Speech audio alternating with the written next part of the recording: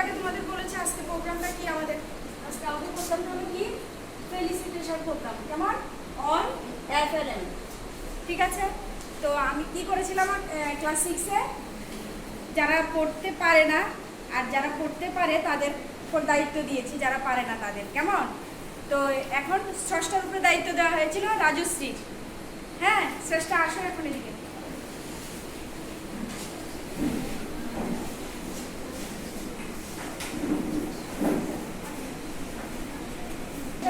শ্রেষ্ঠা ওকে রাজশ্রীকে English পড়া শিখিয়েছে, বুঝেছো। রাজশ্রী ইংলিশ পড়তে পারতো না আর কি, এখন দেখবি কি সুন্দর করে পড়ে ও। পড়ো, পড়ে শোনাও।